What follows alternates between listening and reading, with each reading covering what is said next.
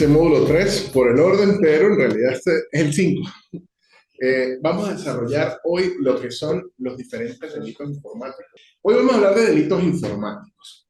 Sí, cuando nosotros hablamos en la primera clase, en el primer encuentro, de las situaciones que se generaban del derecho informático y generaban esas situaciones de hecho, esos espacios donde tenía que interferir el derecho como tal, sin duda alguna, uno de los que más nos toca de una manera directa son el tema de los delitos informáticos. Todos nosotros conocemos, bien sea por medios de comunicación, porque fuimos víctimas en algún momento o porque alguna persona cercana ha sido víctima de alguna actividad criminal que podemos enmarcar dentro de delitos informáticos. Hoy, más allá de revisar cada una de esas situaciones criminales que pudiéramos condenar y catalogar de delitos informáticos, o de revisar específicamente cuáles son los tipos penales que establece la legislación especial venezolana, en este caso, la ley de delitos informáticos, que tiene sus tipos penales previamente establecidos, vamos a revisar desde lo mínimo en cuanto a la materia de delito informático. Y al igual que cuando nosotros hablábamos de comercio electrónico, por eso hablo de una aproximación a los delitos informáticos, no vamos a desarrollar a fondo los delitos en sí. Bueno, aquí está el contenido programático, esa aproximación a los delitos informáticos, los principios básicos del derecho penal, la conceptualización de esos delitos informáticos, y aquí caemos a donde estaba en la introducción. ¿Qué es un delito? Y fíjense que al igual que cuando nosotros hablamos de comercio electrónico, que decíamos que son dos palabras, donde la palabra comercio es la más importante, aquí volvemos a utilizar esa analogía, esa forma de pensar. Delitos informáticos, lo importante desde el punto de vista jurídico es entender que es un delito. Porque el apellido informático, si bien me va a hacer referencia a un canal, una vía, un objeto o un fin, ¿sí? Desde el punto de vista penal, lo importante es definir y tener en cuenta qué es un delito. Entonces, para ustedes, ¿qué es un delito? Gabriela también puede participar. Eso sí, sin hacer trampa. Gabriela tiene la ventaja de que puede ir buscando en internet.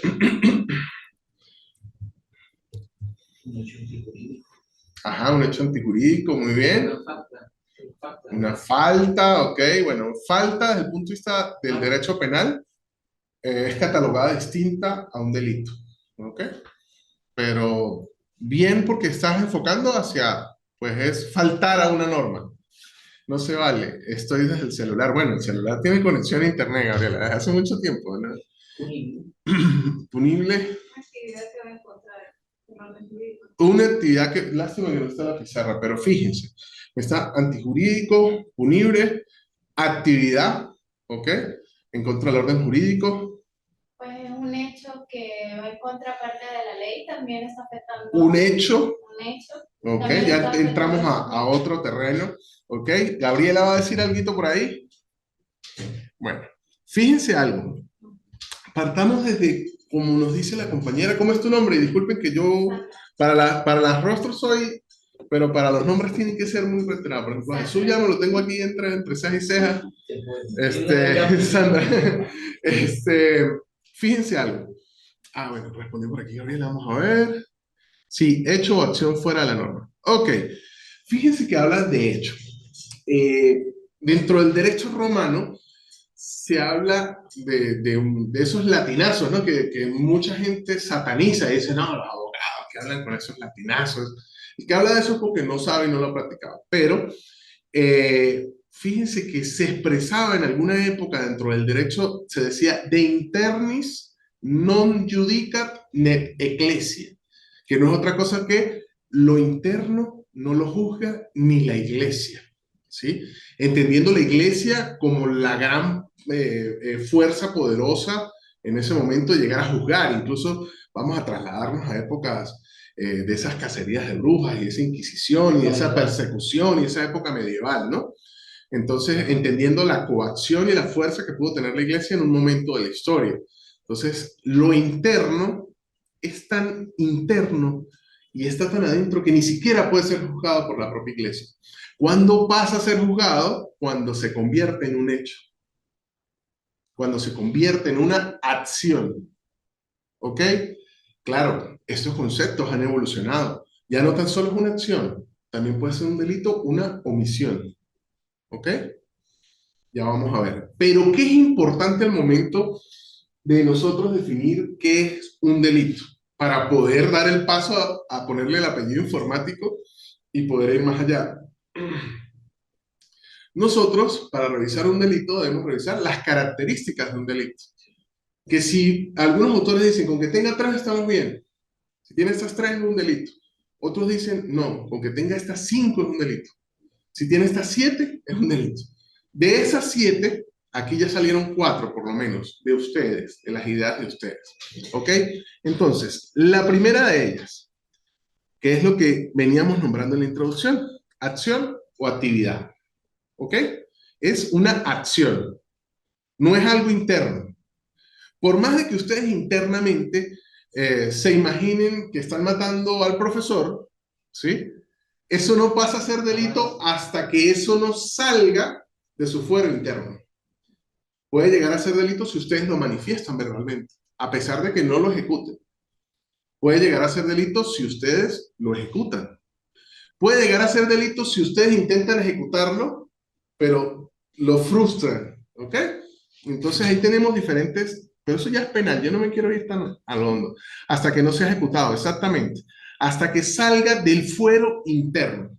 Entonces, tiene que ser una acción o actividad. Este es el primer requisito. Entonces, solo existen penas sobre acciones humanas o actos que al no ser humanos son responsabilidad de este. Solo se castiga actividades, acciones, hechos, cosas que se materializan, ¿sí? Y que materializan los hombres, los humanos, ¿ok? O si no son humanos, son responsabilidad de este, como por ejemplo, ¿qué podríamos castigar? Que no, porque recordemos que una de las características de la responsabilidad penal es que es personalísima. Respondo yo. En alguna oportunidad, algún político tachirense le increpaban que su hermano tuviera vinculaciones con actividades criminales. Y la respuesta de él, pues, políticamente no era correcta, pero estaba ajustada al derecho. Él decía, bueno, yo respondo por mí y por mis hijos menores de edad. De ahí en adelante, la responsabilidad es de cada uno. Entonces, una de las situaciones de la responsabilidad penal es personalísima. Solamente respondo yo. Pero ¿dónde paso yo a responder por cosas que no hice yo? Por ejemplo, yo tengo, no voy a satanizar los pitbull, pero tengo de mascota, tengo un tigre de Bengala. Y es mi tigre de Bengala, y me gusta salir a pasear el tigre de Bengala. No es un ser humano, pero si él llega a ocasionar un daño, yo puedo tener una responsabilidad penal por, perdón, por manejar este tipo de animales sin la... O una cosa, yo tengo un transporte de pasajeros, ya voy contigo, Gabriela, yo tengo un transporte de pasajeros, yo tengo conocimiento de que no le he hecho el mantenimiento que me indica que generalmente se debe hacer, es más, tengo conocimiento que los frenos no están buenos, que los frenos están largos, no hice nada para mejorarlos y ocurre un accidente con víctimas fatales. Ahí hay una responsabilidad que tengo yo por una cuestión que no es humana, pero es mi responsabilidad, ¿ok? La que lo que más asigna es la responsabilidad laboral. La responsabilidad laboral, exacto, Si sí. hay un accidente, pues responde. Exactamente. ¿Por qué? Porque usted omitió o dejó de aplicar lo que se tenía que hacer. El caso de los pitbull. Ay, mire, Gabriel hablaba de los pitbull precisamente. Sí, pero más allá de eso, y no es que sea abraza árboles o esta situación, no podemos condenar solamente una raza. ¿Sí? Puede pasar con cualquier otra raza. Que obviamente una raza como esta, con esas características y esas situaciones, pues ha sido estigmatizada. Pero efectivamente, a efectos didácticos, esa es una de las cosas a tener en cuenta. Entonces, acción o actividad. Acción en derecho penal es toda actividad u omisión. Fíjense que le decía que el concepto ha evolucionado. Más allá de hacer o decir, sino también el no hacer. Por ejemplo, hay tipos penales en la legislación venezolana como la omisión de socorro. Si yo veo que una persona necesita de ayuda, necesita de auxilio, y yo miro por un lado, eso es un tipo penal. Yo puedo ser sancionado y puedo ser imputado por el Ministerio Público por omitir el socorro a una persona. Sí se hace aquí, Sí. sí se hace aquí porque son muy pocos. Pues mire, la norma está. ¿No crees que eso está en España? Un conocido acabó de pasar un domingo, hace como 22 días, que a las 7 de la mañana subieron dos muchachas en un vehículo, y dos señores iban bajando a la misa, y le pasaron por encima y asesinaron, mataron a las señoras. Y ellas huyeron del sitio. Y una de ellas. Uno de los delitos que se le imputa es la omisión de socorro. Claro, pero ese delito pasaría a ser una situación agregada a otros, ¿eh? Pero un tercero, el que estaba enfrente de la casa y la vio y lo que hizo fue cerrar la puerta, puede incurrir en ese delito, en la omisión de socorro. Bueno, qué sé yo, N cantidad de cosas donde la acción o la omisión, ¿ok? Por cualquier medio con plena intencionalidad. Hay intención. A diferencia de la responsabilidad civil, a diferencia de la responsabilidad administrativa, dentro de la responsabilidad penal, la intencionalidad del sujeto juega un papel fundamental. Si yo tengo la intención de hacerlo, ¿ok? Por eso vemos, más adelante lo vamos a puntualizar, las diferencias entre el dolo y la culpa, ¿ok? Vemos los tipos de culpa y vemos los tipos de dolo. Y entonces allí vemos dolo eventual, dolo de consecuencias necesarias y todo esto que ustedes ven en derecho penal. Que como les digo, no quiero irme para allá, eso es materia de otra asignatura, pero sí refrescar todo esto para entender por qué estamos revisando los elementos del delito dentro de delitos informáticos. ¿Qué? Sí, sí, lo que pasa es que tiene otra definición, pero bueno. Lo importante es entender que dolo es sinónimo de intención. Y la intención es que exista la voluntad de hacerlo. ¿Ok? Que de repente mi intención va más allá, ¿no? Eso es otra cosa. Bien, y es castigado por una norma legal expresa. Por aquí habla Gabriela, la conducta. Ok, Gabriela, ahí sí quedé en el aire con el contexto de la conducta. Te voy a colocar un poco más de contexto en las intervenciones para no quedar así. No sé si es la gripe que me tiene lento. Entonces, primer punto, acción o actividad. Recuerden siempre decir, de internis non judicat ecclesia. Lo interno no lo juzga ni la iglesia. Nosotros, digo mi grupo, cuando estábamos estudiando, ya en una etapa más juvenil, entonces con eso lo utilizábamos incluso para chancear y para llegarle, sí, entonces, ¿y usted qué está pensando? Y uno decía, no, de internis no judicat et ecclesia, ¿no? Ay, ¿qué es eso? No, de interno no lo juzga la iglesia, y lo que yo estoy pensando con ustedes no me lo pueden castigar. ¿Ven? Es una situación que va enfocada hacia eso. Dolo es la conducta. Ok, ¿ves? Ya tiene contexto lo que viene diciendo Gabriela. Fíjense, acción o actividad. Pasamos al otro elemento que debemos tener en cuenta al momento de hablar de delito, y es la tipicidad. La tipicidad, sí, no es que va a salir el delito en traje típico, de que el delincuente va a estar en un traje típico. La tipicidad tiene relación directa con que el hecho o el supuesto de hecho esté regulado por una norma y que enmarque de una manera perfecta. Otro latinazo. Nullum crimen, nullum pena, sine ley. Bienvenida, Andreina, por favor. Bueno, ya apagaste el micrófono, muy bien. Fíjense, tipicidad. Nullum crimen, nullum pena, sine ley. No podemos hablar de crimen, no podemos hablar de pena, si no existe una ley. Eso no es otra cosa sino, en resumen, el principio de legalidad que ustedes van a conseguir en cualquier normativa jurídica moderna. ¿Ok? Por ejemplo, en esta área penal, ustedes van a conseguir eso en el artículo 7 del Código Orgánico Procesal Penal. El principio de presunción de inocencia, el principio de legalidad. Entonces, nullum crimen, nullum pena, sine ley. Necesitamos, para poder castigar y hablar de delito, que exista ese mismo, con las mismas pintas y la misma situación, en la ley.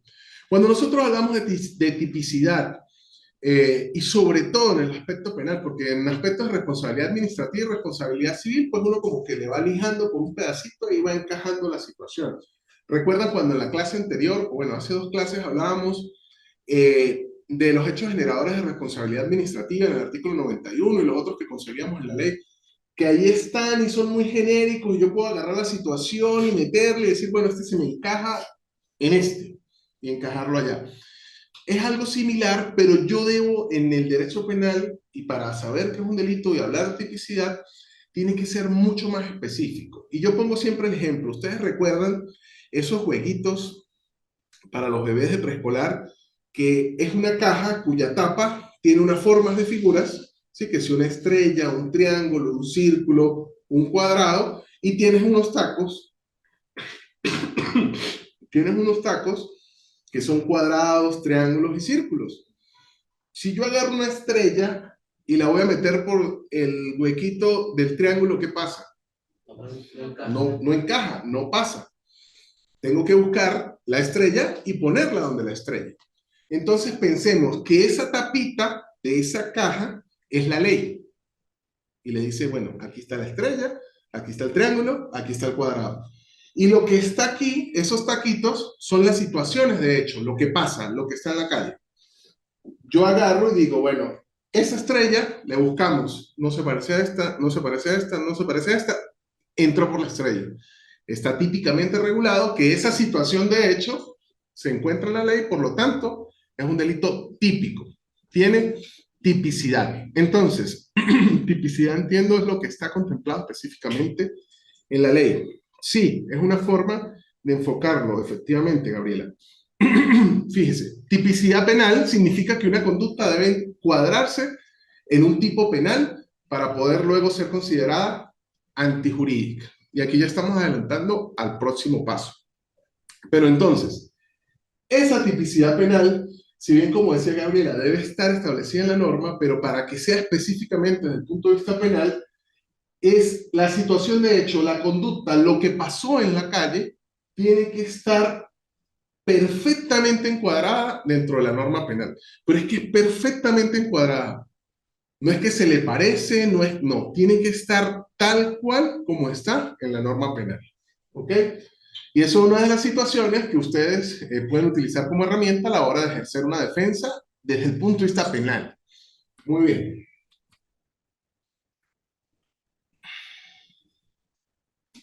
Enmarcar la conducta, la situación de hecho, la realidad evidenciada, dentro de esos límites, modelos, estándares o patrones que el legislador tipificó como delito.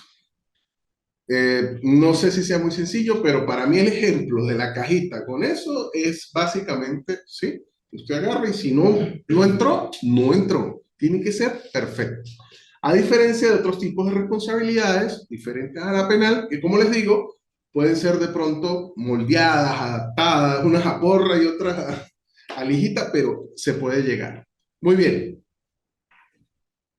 Tercer elemento. Primero, acción, actividad u omisión. Segundo, tipicidad. Tercer elemento, antijuricidad. La antijuricidad no solo es el primero, que es la acción. No solo es que sea típico, que haya tipicidad. También tiene que ser antijurídico. No deben existir normas o circunstancias que estén dentro de la ley y que excluyan la sanción de dicha acción. ¿Ok? No puede existir excepciones dentro de la ley para que pueda llamarse delito. Puede ser un hecho criminal, puede ser una situación que podemos llamar falta, ¿sí? Pero puede existir excepciones en la norma. Por ejemplo, todos nosotros, para no irnos directamente al penal, pero todos nosotros entendemos que el comerse un semáforo en rojo o el pasarse un semáforo en rojo es una actividad, ¿sí? Que rompe una norma, ¿ok? Eso es un hecho, típicamente, pero vamos a ver si es antijurídico. Es antijurídico si lo hace cualquiera de nosotros en nuestro vehículo, pero supongamos que el que se come ese semáforo o el que transgrede esa norma es el conductor de una ambulancia que lleva a una persona hacia un hospital. Está cometiendo una acción, está en contra de la ley, pero existen excepciones, lo que lo hace, ¿sí? No lo hace antijurídico, por lo tanto no es un delito. Entonces, esa antijuricidad quiere decir, la acción que usted está haciendo tiene que estar regulada en la norma, tiene que ser típicamente, pero puede que exista una excepción y por lo tanto no está cometiendo delito. Vamos a ver, Gabriela nos apoya. Quiere decir que está justificada. A ver, Gabriela, entiendo el enfoque que le das al decir justificada, pero eso sería caer o afirmar que eso es correcto en el caso de las ambulancias. Sí, más allá de justificada es una excepción de la ley, porque yo puedo justificar ciertas situaciones que son delictivas, que son criminales, pero igualmente son delito. Vamos a un ejemplo. Eh, mm, la madre de una niña de 11 años que fue abusada sexualmente por una persona. Ella toma justicia por su propia mano, toma una pistola y le quita la vida al violador. Eso es delito. Está justificado. Tal vez todos los que estamos aquí estamos de acuerdo que es una acción justificada, pero el hecho de que sea justificada no le quita que es delito. ¿Ok? Entonces, no es hablar de justificada. ¿Ok? Justificada es un término que va a hacer que le quitemos ese carácter penal. Hablemos más bien de las excepciones que me establece la ley para hablar de esa antijuricidad. ¿Ok? Entonces, como les decía, hay algunos doctrinarios que dicen que con estos tres elementos ya estamos en presencia de un delito. ¿Sí? Si están estos tres elementos, un hecho típicamente antijurídico. Eso es un delito. De hecho, el compañero Jesús, al principio cuando le dije un delito, empezó por ahí, ¿no? Un hecho antijurídico, típico. Ok, bien. Pero existen estos otros elementos y yo creo importantes también tomarlos en cuenta, que es la imputabilidad. O también podríamos decir, bueno, para que sea delito tiene que ser imputable, pero esto tiene que ver con el concepto de inimputabilidad. Y una persona inimputable es que no es responsable penalmente. Estamos hablando que son inimputables, por ejemplo, menores de 12 años, que en el caso de Venezuela, según la Ley Orgánica de Protección del Niño, Niña y Adolescente, son considerados niños. ¿Ok? Eh, Algunos de ustedes, si tuvieron la suerte de ver, por ejemplo, el seminario con la doctora Adriana Bautista, ella trata el seminario de justicia penal juvenil. Y justicia penal juvenil va dedicada a esas personas que son menores de 18 años, pero que al ser mayores de 14 ya tienen responsabilidad penal. Tienen un tratamiento especial, tienen una legislación objetiva especial, un tratamiento dentro de esa legislación objetiva que es especial, y tienen incluso sanciones diferenciadas a las que puede tener un mayor de 18 años. Entonces, la inimputabilidad es la imposibilidad de yo sancionar a la persona que hizo esa acción típicamente antijurídica. Entonces, esto tiene relación directamente con el sujeto que hace esa acción. Versa sobre la posibilidad de hacerle responsable penalmente del hecho o acción por él realizada. Si bien la persona cometió la acción, y estoy leyendo textualmente lo que dice la lámina, antijurídica y tipificada por la ley, no es sancionable por el derecho penal. Entonces, por ejemplo, bueno, no, esto es un ejemplo de antijuricidad, pero lo voy a dar. En Venezuela, aún a estas alturas del año 2023, las sanciones que establece el Código Penal son diferentes si uno de los cónyuges consigue a la pareja manteniendo relaciones sexuales en su domicilio. La sanción es diferente si es hombre o es mujer. ¿Ok? Bueno, después hablaremos de eso. Pero ahí hablamos de antijuricidad. Pero la imputabilidad, no podemos sancionar, por ejemplo, a una persona que tiene un estado de enajenación mental que no le permite la suficiente racionalidad, ¿ok? Para poder discernir y tener la voluntad de realizar ese delito. Por eso les decía que en la responsabilidad penal y al momento de hablar de delitos, es muy importante la intención del sujeto. Y la intención del sujeto va a marcar incluso el grado de la pena. ¿Qué pena se va a aplicar? O incluso, si no existe la posibilidad de imputarlo. Entonces, si es inimputable, no hay delito. ¿Ok? Entonces, acción o omisión típicamente antijurídica, imputable. Y vamos con la otra, la culpabilidad. Y aquí entra el momento difícil, porque incluso hay legislación extensa que trata solamente el tema de culpabilidad. La culpabilidad exige de un sujeto activo, viene de lo interno de ese sujeto, tiene que existir la intención y no está relacionado con la culpa. Y aquí es donde hace la cabeza. Estamos hablando de culpabilidad y no tiene relación con la culpa. En el derecho penal es así, ¿ok? Y recordemos que ustedes van a ser abogados, van a estar en la mejor profesión del mundo, ¿ok?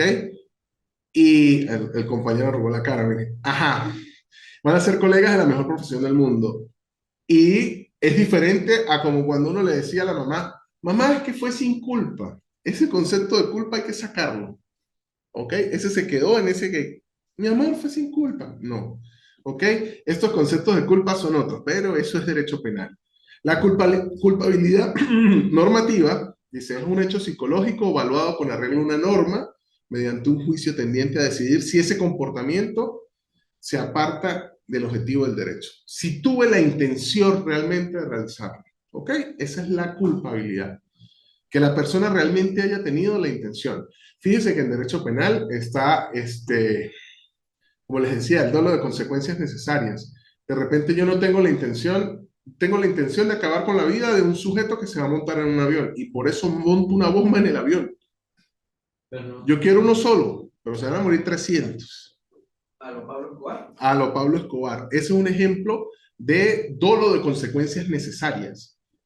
La víctima la intención es uno solo, pero esa intención es tan grande que va a causar más daño, ¿ok? Entonces la sanción es superior a la que tenga una persona que realmente, por ejemplo, la que cometió un homicidio ultra intencional, que es, o un homicidio preterintencional, que es un homicidio por debajo de lo que yo quería. Yo no quería acabar con la vida de la otra persona, quería darle una buena mano y que se quedara quieta, pero resulta que cuando le doy el manazo, cayó, se pegó, o era muy delicado y bueno, le di donde no era y se murió. Mi intención no era llegar a acabar con la vida. Un ejemplo, hace poco lo que ocurrió con el sujeto que murió porque le robaron la bicicleta. La bicicleta, ajá. Tal vez la intención no fue matarlo, sino ocasionarle una contusión y que quedara desmayado. Sí, la intención era robar. Eso podría decir el defensor del tubo. Yo como fiscal del Ministerio Público diría, si usted le dan un tubazo en la base del cráneo, sin la posibilidad de que la otra persona se pueda defender, ahí hay un homicidio intencional. Exactamente, por motivos fútiles e innobles, ¿ok? Pero eso es lo bonito del derecho, ¿ok? ¿Y a dónde está la cuestión? En que tú puedas tener los suficientes elementos de convicción que después se van a transformar en prueba. ¿Se acuerdan lo que vimos en esta pizarra? Que después se van a transformar en prueba para poder determinar efectivamente tu posición, tu verdad. Y después yo voy a venir a presentar mi verdad. ¿Y dónde está el problema? ¿O dónde está la situación? El juez pues debe escuchar a ambas partes, ¿ok? Ver quién puede demostrar, ¿sí? Algo de lo que nos preguntaba el compañero en la clase de probatorio sobre la verdad verdadera y la verdad procesal, ver qué hay en el expediente y ver la verdad procesal, qué me va a decir para yo poder llegar a juzgar. Entonces, fíjense que hace rato les decía, entender las diferencias entre dolo y culpa, ¿ok? Dolo siempre enfocada en intencionalidad y culpa enfocada en imprudencia, impericia o negligencia. Son tres cosas diferentes. Y tenemos la maña, muchos abogados, de nombrarlas como si fueran sinónimos. ¿Recuerdan en el módulo que hablamos de responsabilidad administrativa? Que generalmente leemos y decimos, y las responsabilidades civiles, penales, administrativas, y lo decimos como si fuera una oración, sin entender la magnitud de cada una de ellas, ¿no? Igual pasa con esto. Muchas veces se habla de imprudencia, negligencia o impericia, impericia, negligencia e imprudencia. Y son tres situaciones diferentes, pero como vengo diciéndoles, esas son situaciones relacionadas con el derecho penal. Pasamos a la punibilidad. Ajá. Una vez alguien, único, que no me acuerdo el teléfono, alguien me preguntaba por qué para el estudio del derecho, ¿no? Que por qué entonces, cuando, para ver qué opina usted, ¿no? Cuando la persona... Toda consulta genera honorarios, ¿ok? Ajá, no, dígame, dígame. Después, bueno, profe, entonces, ¿por qué se declara culpable? Si es con dolo, porque yo le explicaba del dolo, ¿no? Entonces, pero ¿por qué entonces siempre cuando en el juicio se declara culpable, se dice culpable? Y claro, porque usted ya deja de ser inocente. Usted lo despojan de su condición de inocente, ¿ok? Entonces, ese es otro concepto, pero usted lo despojan de inocente. ¿Cuál es el trabajo del Ministerio Público, por ejemplo, en el aspecto penal? Es despojarlo de su inocencia, porque yo soy inocente hasta que no se demuestre lo contrario. Y ese es lo primero, pero ese concepto es más extendido. Yo soy inocente hasta que no exista una sentencia definitivamente firme que declare mi culpabilidad. ¿Y qué es la culpabilidad? Es exonerarlo de su inocencia, ¿ok? Arrebatarle su condición de inocente. Ese es mi trabajo, quitárselo de encima. ¿Qué pasa? Que en la práctica pasan cosas totalmente diferentes, que la investigación se hace y se ataca a la persona como que es culpable, que nosotros, estudiantes de derecho y abogados, muchas veces satanizamos a colegas abogados que están realizando la defensa de personas que evidentemente son culpables, pero que tienen derecho a la defensa y que tienen constitucionalmente el derecho de poder defenderse, ¿ok? Y hay muchos colegas que todavía satanizan eso. Compañero aquí nombró ahorita uno de los que pisó la tierra, uno de los demonios que pisó la tierra. Y cualquiera de nosotros pudo haber defendido una causa que llevara a él, a pesar de que uno conoce su culpabilidad, y eso no le resta ética al abogado. Incluso sería falta de ética el no defenderlo cuando tengo el deber. Yo tengo moralmente la posibilidad de escoger a quién defender, ¿sí? Pero estaría mal éticamente que, por ejemplo, yo diga, bueno, sí, yo lo voy a defender, pero no hago las acciones en búsqueda de la conservación de esa presunción de inocencia, sino, no, sabemos que es culpable, esperemos y bueno, y después usted me paga y estamos todo bien. No. Hace poco, bueno, el presidente de El Salvador, que es muy, que se viraliza todo lo que dice, ¿no? Entonces él hablaba de los derechos humanos de los criminales. Entonces él decía, ¿por qué tienen que estar con eso? Pero uno, pues ya conocedor, sabe que lo que él plantea, pues pareciera lógico, fuera del derecho. Claro. Pero ellos también tienen sus derechos. Exactamente. O sea, en alguna oportunidad un periodista le preguntaba a un famoso abogado, decía, pero ¿usted por qué lo defiende a él? O sea, todos sabemos que es culpable, es un monstruo. Y le decía, ajá, ¿y por qué usted me hace esa pregunta? Eso es mi trabajo. No, pero es un trabajo abominable, se tiene que aborrecer. Dice, hace 20 minutos usted lo estaba entrevistando. ¿Por qué lo entrevista si es un monstruo? No, pero es que yo lo estoy entrevistando porque eso es parte de mi profesión. Entrevistarlo y buscar la información. Mi profesión es defenderlo y buscar la posibilidad de que él tenga ese derecho a la defensa y ese debido proceso.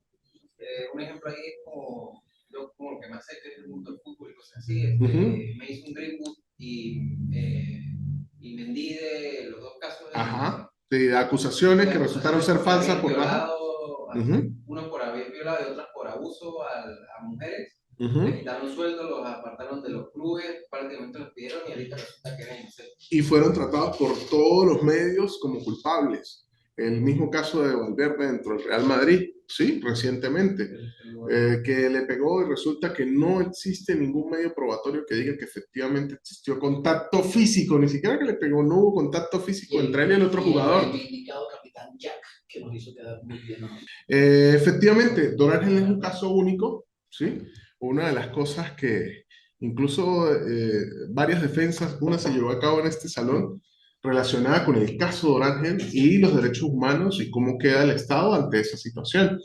Porque efectivamente, al ser una persona inimputable, no se considera que cometió el delito, a pesar de que cometió el hecho criminal,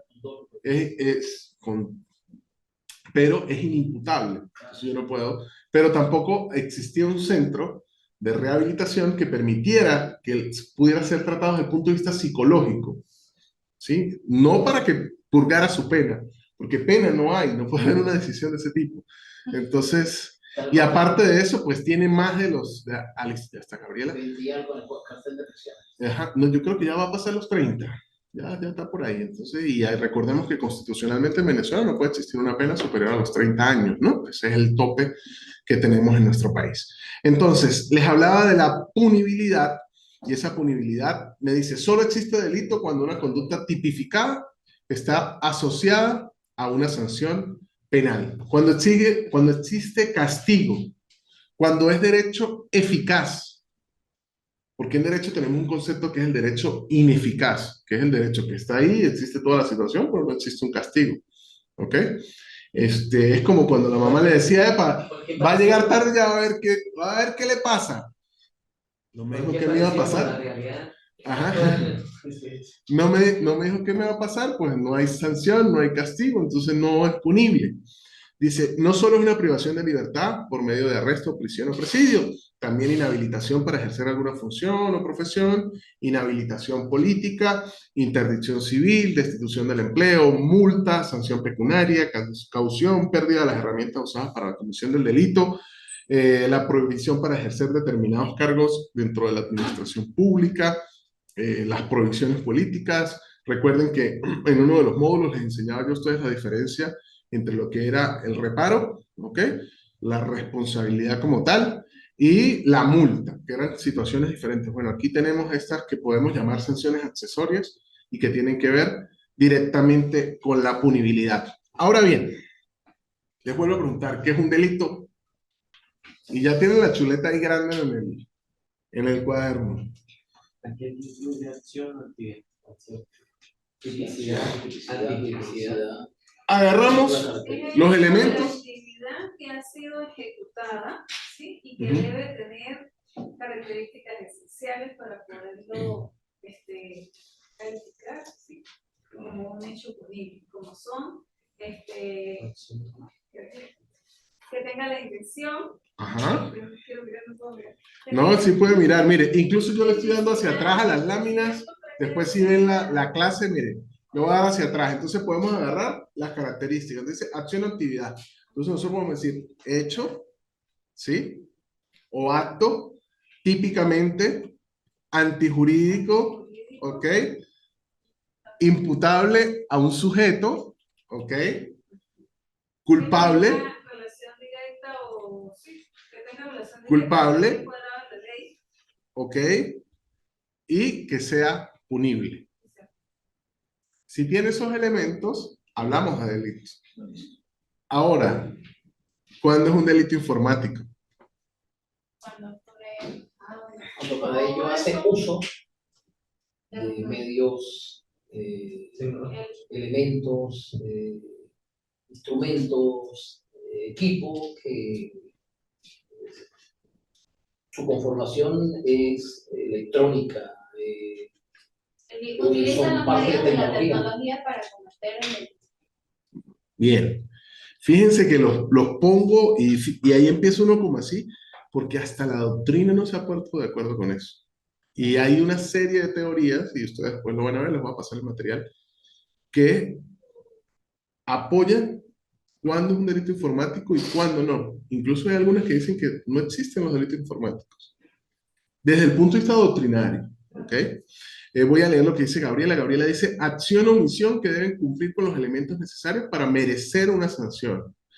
Gabriela, vuelvo y dirá Gabriela, cónchale, pero lo demás es que como Gabriela lo escribe es más fácil de puntualizar. Fíjate, Gabriela, el merecer no es un concepto o una palabra que podamos usar dentro del derecho penal, porque incluso el merecer muchas veces riñe con el concepto de justicia, ¿ok? Eh, Vamos al caso de la madre que sí, quita la vida al otro sujeto, que era un delincuente, era un criminal. Tal vez no merece la sanción, pero hay que aplicar la sanción. Entonces, no pego una. Entiendo. No, imagínate, Gabriela, si yo te digo amén a todo lo que dicen y hay cosas como esas, pues no. pero tranquila, con toda la buena intención, créeme. Entonces, fíjate, el merecimiento dentro de eso, no, el merecimiento es más moral, ¿sí? Y aquí es más directamente a ese principio de legalidad, ¿ok? Más allá de que si mereces o no, Tiene que sí, obviamente, si tú cometiste la acción y esa acción es típicamente antijurídica, culpable, imputable a un sujeto que cometió esa acción, pues obviamente tienes el merecimiento. Por ahí ese merecer es muy Como subjetivo. la defensa que hablábamos hace rato. Exactamente. Más allá de si lo merece o no lo merece. Exacto. Entonces el merecimiento no, podríamos buscar otro. Podríamos buscar otro término, pero entiendo por qué colocas merece, porque efectivamente pues es un resultado producto de encajar esa conducta. Bien, para cerrar ya muchachos, vamos a ver cómo se le da ese tratamiento a esos delitos informáticos. Entonces, hay un grupo que utiliza como elemento común, dice, son delitos informáticos los que tienen como elemento común esto, la utilización de la informática como método, medio o fin de una conducta ilícita. Utilización de la informática. Recuerden que en la primera clase vimos el concepto de informática, ¿no? Que hablábamos de que era un sinónimo de computación y que esa informática pues era entendida el uso de las computadoras en las actividades del ser humano. Entonces, esta teoría dice, son delitos informáticos todos aquellos que tienen como elemento común, todos los delitos, la utilización de esa informática como método, medio o fin de una conducta ilícita. Entonces, según esta teoría, y voy a ir directamente a las críticas, alguien que agarre este teclado y vaya y se lo ponga por la cabeza a otro y le dé con el teclado hasta que se muera, está cometiendo un delito informático. Porque está utilizando métodos de la informática como medio, fin o método para realizar la conducta ilícita. Entonces, ven, por eso les digo, una cosa es lo que pasa y otra cosa es meterse para lo hondo en la parte jurídica y ver cómo tiene esa justificación. Entonces, esta teoría tiene ese ataque. Entonces, nosotros la escuchamos y decimos, no, sí, esos son los delitos informáticos, pero la otra teoría me dice que el elemento común es la información o los datos procesados electrónicamente como bien protegible en los delitos informáticos. En ese primer encuentro, incluso cuando hablamos de comercio electrónico, hablamos de qué era el dato. Recuerden que esos datos pueden ser tanto texto, como audio, como video, como audiovisual, y es la transmisión de información. En la primera clase hablamos de la sociedad de la información y de que el que manejara la información manejaba recursos económicos, manejaba poder. Entonces, esta teoría me dice, bueno, es la información, los datos procesados electrónicamente como bienes protegibles, eso es lo que podemos hablar de delitos informáticos. Está un poquito más acercada, ¿no? Más cerquita allí. Pero, entonces, hay delitos que pudiéramos decir que son informáticos que no utilizan o no atacan ni información ni el procesamiento de datos. ¿Ok? No tiene nada que ver con eso. Vamos a ver otra teoría. Que dice, no, esa no me gustó. Salió otra y dice, vamos a sacar una teoría. Dice, el elemento común para decir que es un delito informático es la negación de la existencia de esos delitos. No hay delitos informáticos, dice ese grupo. Dice, son delitos.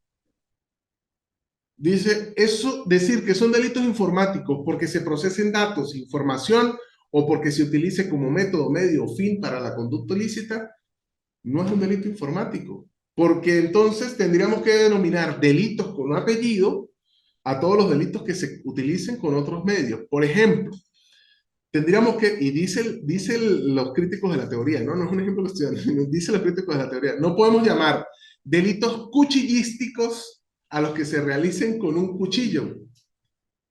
¿Ok? Solamente porque se realizaron con un cuchillo no pasan a ser delitos cuchillísticos. Entonces no podemos denominar delitos informáticos solamente porque se utilizaron dentro de los aspectos informáticos. Esta teoría me dice que el elemento común es que no hay delito informático, hay delito, y si tiene las características que vimos en un principio, es un delito. Existe una teoría ecléctica, ¿ok? cada vez que yo escuchaba la ecléctica cuando estudiaba Derecho, 21, 22 años, decía, concha, no tiene más nada que hacer. La teoría ecléctica no es otra cosa sino exactamente cuando existe una teoría que se contrapone con otra y existe uno que dice, venga, vamos a abrazarnos todos, vamos a unirnos. Perdón. Esta trata de fundir todo.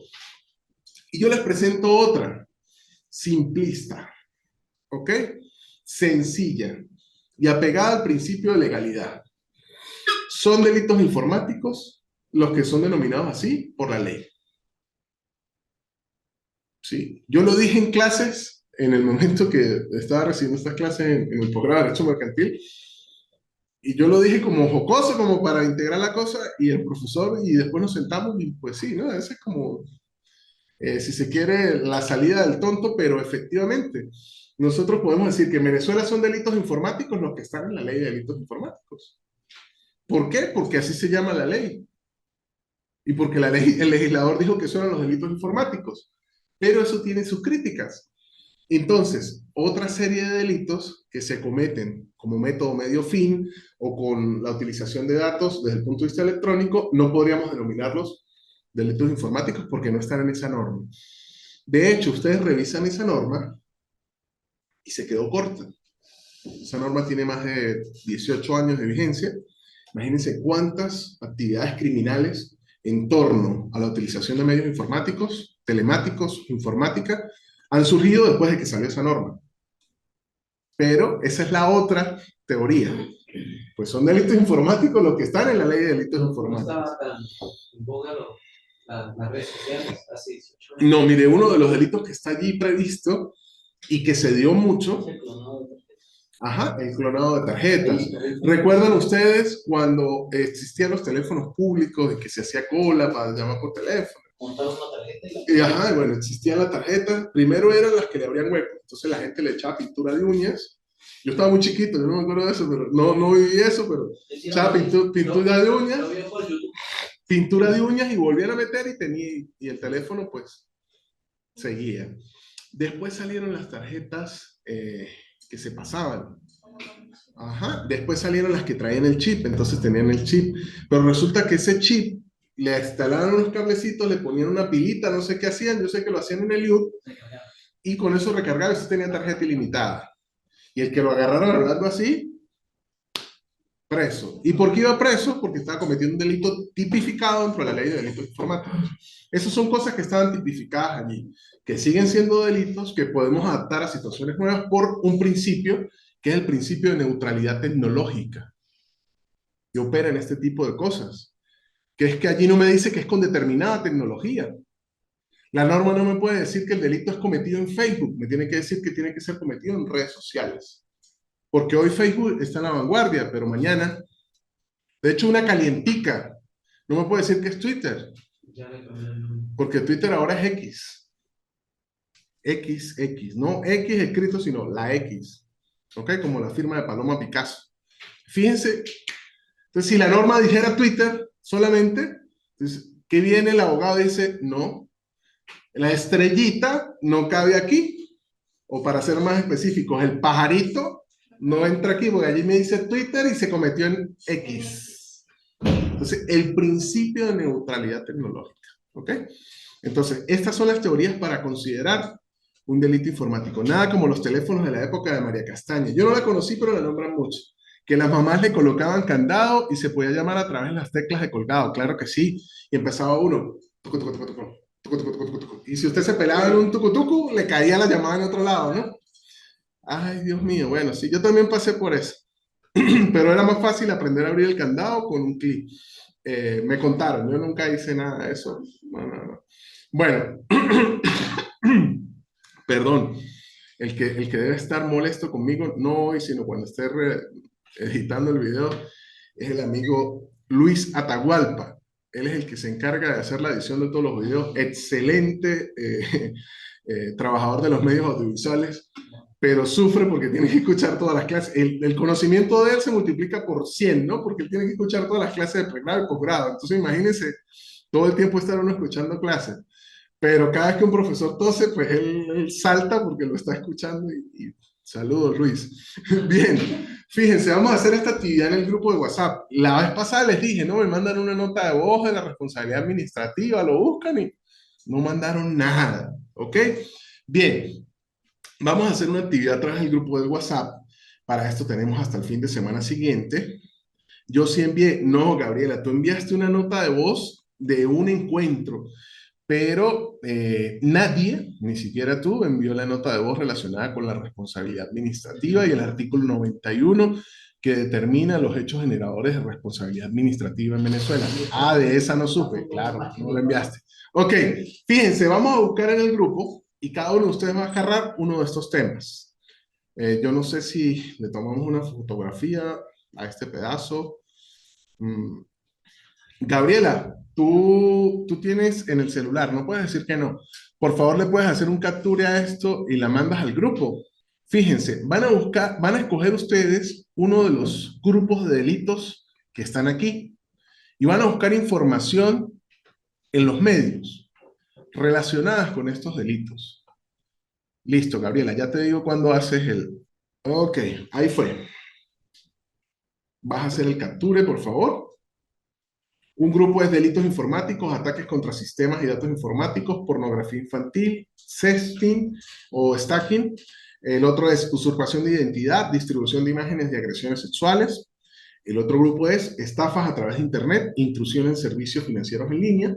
El otro grupo es difusión de virus, botnets, suplantación de sitios web para capturar datos personales o el famoso phishing, que está en el otro grupo. Acceso a material inadecuado, uso de software malicioso. El otro grupo es acoso, sexting y violación de datos personales. El otro grupo, cyberbullying, grooming, transferencia no consentida de activos. El otro grupo, acceso abusivo a un sistema informático, obstaculización ilegítima del sistema informático o de red de telecomunicación. Y finalmente, interceptación de datos informáticos o daño informático. Ustedes no van a trabajar en grupo. Cuando digo grupos, es grupos de delitos que están aquí. Ustedes van a escoger uno y van a buscar información de situaciones que ustedes consigan en la red que tienen relación con eso. No importa el país, ¿no? No importa el país, ¿ok? Lo importante es determinar, más allá de que estos sean delitos informáticos, ¿sí? Esto es hechos criminales, porque para que se llamen delitos informáticos, usted tiene que encasillarlo en cualquiera de las 4 teorías que vimos. Y después de encasillarlo en esas teorías, bajar más allá e irse al punto de vista doctrinario si tiene los elementos para que se constituya un delito. Entonces, esta actividad es más fresca, es más práctica, es buscar ese tipo de delitos en la web. Ustedes escogen cuál. No sé si Gabriela ya hizo el captura. Listo, ya lo envió. Gracias, Gabriela. Bueno, finalmente aquí tenía una lámina de cierre. Dice, la desconfianza es la madre de la seguridad. Esto lo dice Aristófanes. La desconfianza es la madre de la seguridad. Esto es uno de los que yo siempre utilizaba también cuando hablaba de control fiscal. Hay que desconfiar, así sea un familiar directo, porque siempre es bueno el control.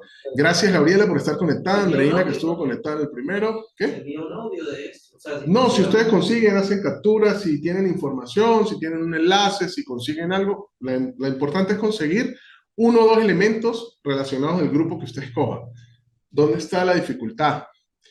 Si viene el compañero Jesús y dice, bueno, yo me voy con el cyberbullying y manda primero el cyberbullying, ya no puede tomar otro. Y si usted está trabajando en el cyberbullying, entonces dice, ay, Jesús me ganó, me toca agarrar otro. ¿Ok? Entonces es uno que no haya mandado a alguno de los compañeros. Es enviar una situación. Usted conseguí esto. Un caso que usted haya ocurrido, generalmente se consiguen en portales de noticias, ¿sí? Ojo, una cosa seria, ¿no? No es que se van a ir al Rincón del Vago o al Chigüire Polar, ¿no? Eso no. Sí, o sea, no es que va a ser una cosa que yo voy a revisar, que efectivamente, y lo voy a pasar por un filtro, no, sino que sean situaciones que están, ¿para qué es este ejercicio? Para que ustedes puedan tener ese olfato y decir, bueno, mire, esto lo podemos enfocar por aquí, y si es un delito informático, si tiene esta situación, ¿ok? Y de repente discutimos todos y decimos, no es un delito. Sí, es un hecho criminal, no está castigado. ¿Ok? Sí, porque puede ser que el medio lo esté publicando como tal, pero no. Exactamente. Entonces, ya ustedes no forman parte del común, ya ustedes son, ¿sí? Futuros colegas, y como me decía mi profesor de Derecho Penal, el doctor Ignacio Bravo, decía cuasi colegas. Estos son cuasi colegas, ya estamos más cerquita.